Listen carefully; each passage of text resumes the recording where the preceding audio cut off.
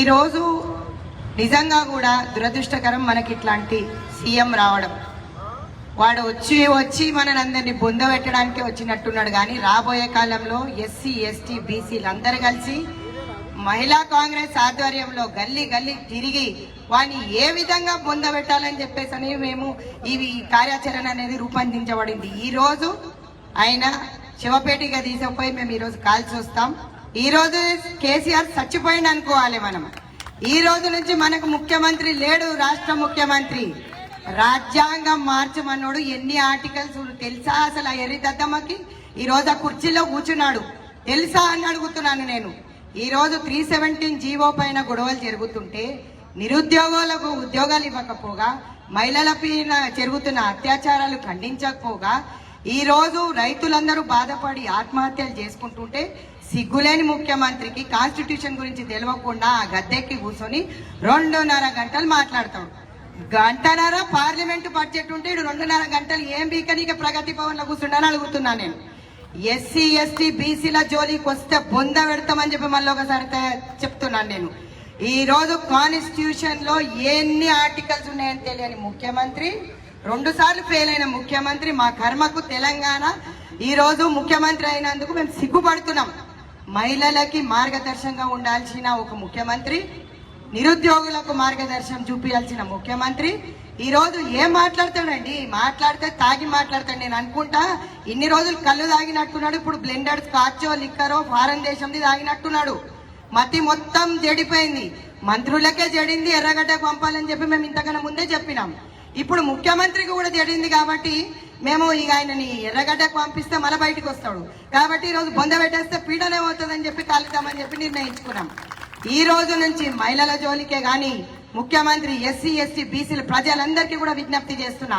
ఒక మహిళా సోదరిమణిగా మన ఓటు బ్యాంకు కొల్లగొట్టి మన ఓట్లన్నీ ఈ రోజు తీసుకొని ఈ రోజు ఎవరికి కూడా న్యాయం చేయకుండా కల్వకుంట్ల ఫ్యామిలీ లబ్ధి పొందింది తప్పిస్తే పేదోడైండు, మధ్యతరగతోడు అక్కడే ఉన్నాడు. అప్పులు చేసుకుని ఆత్మహత్యలకు పాల్పడుతున్నారు. ఈ రోజు ఏ విధంగా ముఖ్యమంత్రి మాట్లాడతాడండి? ఈ రోజు సిగ్గు శరముంద ప్రగతి భవన్ నుంచి ఒక్కరోజు బయటికి రమ్మనండి. పోలీసు వాళ్ళు లేకుండా లాగులిడిచి తంతం, వాడిని బయటకు వెళ్లకుండా తంతం. ముఖ్యమంత్రికి సిగ్గుంటే ప్రజల వద్ద ఉండాలా? ఏ రోజైనా ప్రజల దగ్గరకు వచ్చిండా ముఖ్యమంత్రి? ప్రజా సమస్యలు పట్టించుకుండా రమ్మని చెప్పండి. మేమే చాలు చెప్పులు చీపుర్లు ఆయనకి చీర గాజులు అన్ని తొడిగిస్తాం. అవసరమే లేదు. గోడలు ఇంత పెద్ద గట్టుకొని ప్రగతి భవన్ లో ఇవ్వనికి అపాయింట్మెంట్ ఇవ్వవు. ఎందుకురా నీకు అంత భయం? మహిళలంటే ఎందుకు భయం? డీజీపీ గారు అపాయింట్మెంట్ ఇయ్యాడు, సీఎం అపాయింట్మెంట్ ఇయ్యాడు, చీఫ్ సెక్రటరీ అపాయింట్మెంట్ ఇయ్యాడు. అంటే మహిళలంటే ఈరోజు మా ఓటు బ్యాంకు మీకు కావాలా? మహిళా కాంగ్రెస్ సోదరిమణులందరికీ కూడా నేను విజ్ఞప్తి చేస్తున్నా. రాష్ట్రంలో ఉన్న మహిళలందరూ కూడా బీజేపీకి గాని టీఆర్ఎస్ కి గాని ఓటేయదు. వీళ్ళు ఆర్ఎస్ఎస్ అన్న మాట ఈ రోజు కేసీఆర్ కూడా రాజ్యాంగం గురించి మాట్లాడుతున్నాడు. వీడికి ఎన్ని ఆర్టికల్స్ ఉన్నాయి తెలుసా కేసీఆర్ కి? అడగండి. ఎవరన్నా ప్రెస్ వాళ్ళకి ధైర్యం ఉంటే మీ నోర్లు మూసినాడు కదా. నేను అడుగుతాను, నన్ను తీసుకుపోండి. నేను ఒక న్యాయవాదిని అడుగుతాను ఎన్ని ఆర్టికల్స్ నేను అమెండ్మెంట్ చేస్తాడంట. రుసుగులు ఉంటే సవరణలు చేస్తాడు ఎవడన్నా. ఇంక తెలుసా ఏం లాక్యూనా ఉంది చెప్పమని చెప్పండి ముఖ్యమంత్రిని. లాక్యూనా ఏముందని చెప్పకుండా మార్చేయాలి, రద్దు చేసేయాలి మాట్లాడతాడు. ఏంది ఇది? సీసానా? మందు బాటల్లా ప్లేయరా రద్దు చేయనికే? డాక్టర్ బిఆర్ అంబేద్కర్ రాసిన రాజ్యాంగాన్ని ఏ విధంగా ఈ రోజు నువ్వు ఎడ కూర్చున్నావు? ఆ ముఖ్యమంత్రి కుర్చీలో కూర్చున్నావు. ఆ ముఖ్యమంత్రి కుర్చీ నీకు ఎవడిచ్చిండు? కాన్స్టిట్యూషన్ లా ఈ రోజు నువ్వు ఓట్లు తీసుకొని వస్తాలో కూర్చున్నావు, లేకపోతే నువ్వు ఏడుంటుంటివి. ఎర్రిదద్దమ్మలాగా మాట్లాడొద్దు. ఒక రాష్ట్రానికి ముఖ్యమంత్రి తెలియలేదని చెప్పి అందరు ముఖ్యమంత్రులు నవ్వుతున్నారు. వేరే రాష్ట్రాల ముఖ్యమంత్రులు నవ్వుతున్నారు. కేसीआर को क्या हो गया मैडम? पी के बैठा क्या? कॉन्स्टिट्यूशन के बारे में ऐसा बता रहा, ऐसे बात कर रहा. SC ST BC vote bank చాలా పెద్దది కేసీఆర్. ఖబర్దార్, ఇంకొకసారి మీరు ఈ విధంగా మాట్లాడితే మొట్టమొదట క్షమాపణ చెప్పాలా, రాజీనామా చేయాలా? నిన్నైతే ఈ రోజు బొంద పెడుతున్నాం. రాబోయే కాలంలో ప్రజలందరూ కూడా బొంద పెడతారని మా అందరికీ చెప్తున్నారు. నువ్వు రేషన్ కార్డులు ఆపుతావో, పింఛన్లు ఆపుతావో, కళ్యాణ లక్ష్మి ఆపుతావో, ఏది ఆపినా అవన్నీ మా పైసలతోటి మాకు ఇస్తున్నావు. నువ్వేం పుణ్యానికి ఇస్తలేవు. నోటిఫికేషన్లు వేయని దద్దమా. ఆ కేటీఆర్ గారు మాట్లాడతాడు. ఏం మాట్లాడతాడు ఆ కేటీఆర్? కేటీఆర్ కి సిగ్గుందా? నీ ఇంట్లో ఎన్ని ఉద్యోగాలు ఉన్నాయిరా కేటీఆర్? మా దగ్గర ఏడున్నాయి?